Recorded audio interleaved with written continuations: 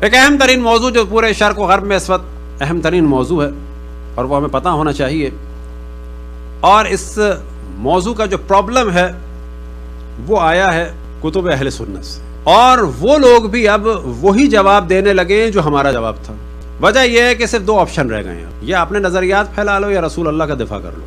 سابقہ زمانے میں دنیا اہل سنت میں یہ ہوتا تھا کہ وہ رسول اللہ کا دفاع نہیں کرتے تھے بلکہ دوسروں کا دفاع زیادہ کرتے تھے۔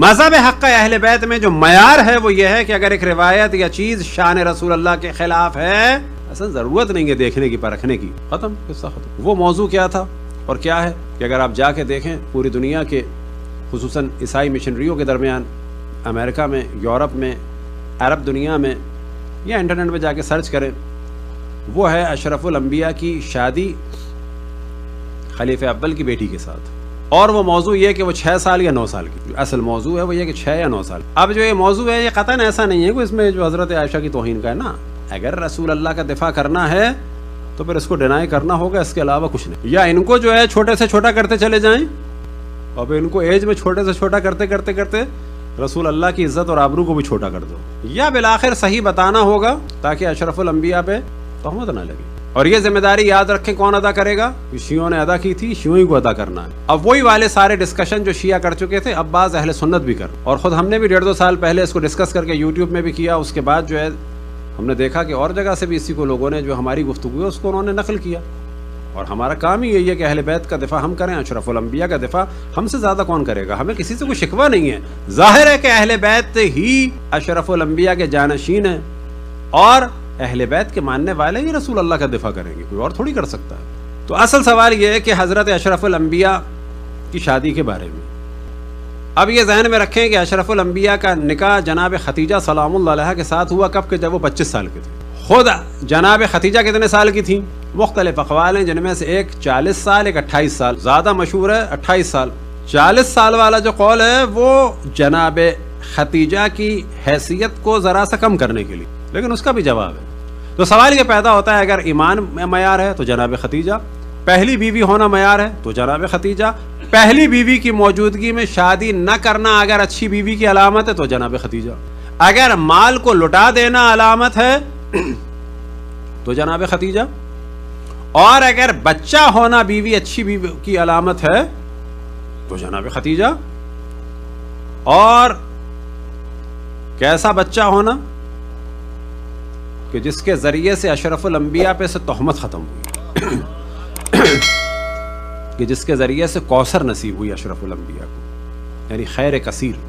اب ایک ہلکا سا اشارہ کرتے چلیں کہ اشرف الانبیاء کے لیے رحمت للعالمین کے لیے، تمام عالمین کی رحمت کے لیے جناب سیدہ سلام اللہ علیہا خیر کثیر ہے۔ وہ خیر کثیر کس سے ملا؟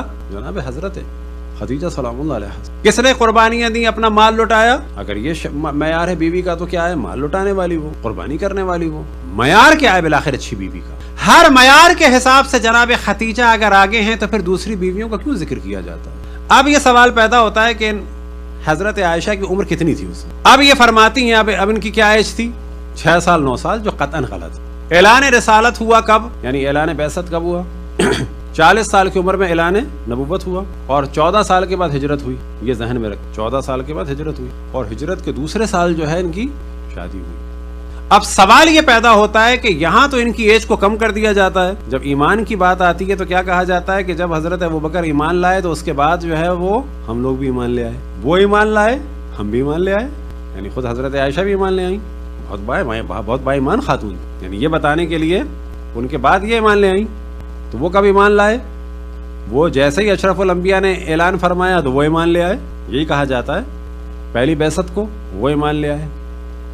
اب اگر یہ مان لیا جائے کہ پہلی بعثت کو وہ ایمان لائے اور پہلی بعثت کو حضرت عائشہ ایمان لے آئیں تو کیا 1 سال کی تھی؟ مولا علی کے بارے میں کہا جاتا ہے کہ 10 سال کے بچے کے ایمان کی حیثیت کیا ہے؟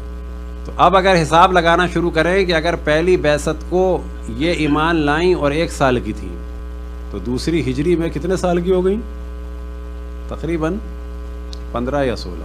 اور اگر یہ 2 سال کی تھیں تو کتنے سال کی ہو گئیں شادی کے وقت؟ تقریباً 17، تقریباً 16 یا 17۔ اگر 3 سال کی تھی تو کتنے سال کی ہو گئیں؟ 4 سال کی تھی تو کتنے سال کی ہو گئیں؟ 5 سال کی تھی تو کتنے سال کی ہو گئیں؟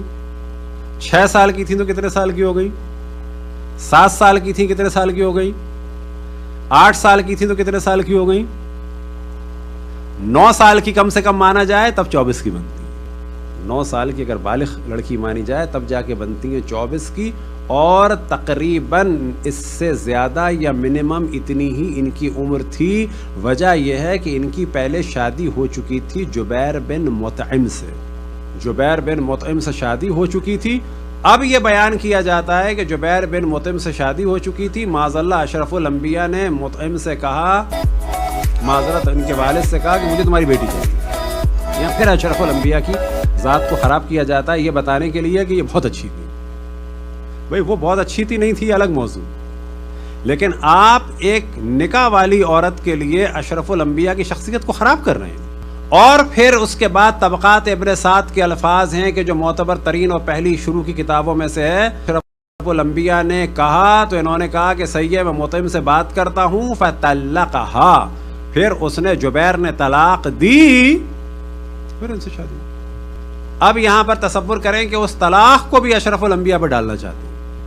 اب یہ بات ممکن ہے آپ میں سے بعض کو سخت لگی ہو، اور بعد میں ہم آپ کو بعض یہ کلپس وغیرہ دکھا دیں گے کہ جو علماء اہل سنت کے ہیں اور وہ اس سے زیادہ سخت باتیں کر رہے ہیں. وجہ کیا ہے کہ ان میں سے بعض سمجھ گئے کہ صرف 2 آپشن ہیں، یا اس وقت پورا دین برباد ہونے سے بچا لیں اور اشرف الانبیاء کو برباد ہونے دیں، پورا دین ختم، یا ان کی ایج کو بڑھا دیا جائے. اور جو پروپیگنڈا کیا گیا تاریخ میں، کبھی حضرت خدیجہ کی حیثیت کو کم کرنے کے لیے ان کو کم کر دیا، ان کو بہت بڑھا دیا، اور کبھی ان افراد کو کہ جو مجبوری کے عالم میں ایمان لائے فتح مکہ کے بعد وہ ہو گئے مسلمان، اور جس نے اسلام کے نبی کو اپنی آغوش میں پالا وہ ہو گیا کافر. صلوات پڑھیں بر محمد والے میں. تو اہم ترین جو ایک تہمت ہے اشرف الانبیاء کی ذات پر وہ یہی تہمت ہے. اس کے علاوہ بہت ساری تہمت ہیں. باقی جتنی شادیاں ہوئیں وہ سب جو ہے وہ طلاق شدہ اور شادی شدہ خواتین سے کہ جن کے شوہر مارے گئے تھے، جو بیوہ تھیں. اب یہ شادیاں کیوں ہوئیں؟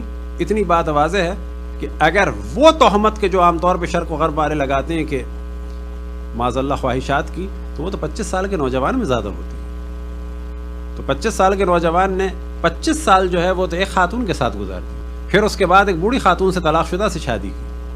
بعد میں جتنی شادیاں ہوئیں وہ در حقیقت وہ جو ٹرائبل نظام تھا، اس نظام کی خصوصیت یہ تھی کہ جب ایک قبیلے سے شادی ہو جائے تو جتنے اس قبیلے کے طرفدار ہیں وہاں سے شر رک جاتا تھا کہ ہمارا تعلق ان 25 قبیلوں سے، ان 25 قبیلوں کی جہاں جہاں شادیاں ہوئی ہیں ان کے خلاف ہم سازش نہیں کریں گے. ٹرائبل نظام کو اگر سمجھنا ہے تو شادیاں کلیئر ہو جائیں گی. لہٰذا ایک جانب شر کو بچانا تھا، دوسری جانب شادیوں کے ذریعے سے کیا ہوا کہ لوگوں کے دل نرم ہوئے. وجہ یہ تھی کہ وہ ٹرائبل سسٹم کی خصوصیت یہی تھی کہ جب یہ سب کچھ ہو جائے دل نرم ہو جاتے تھے.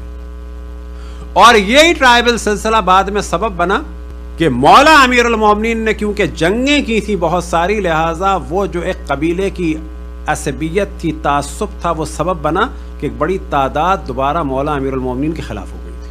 اور یہی چیز سبب بنی کہ غدیر کا انکار بھی کیا، کیونکہ بالآخر معاشرہ تھا.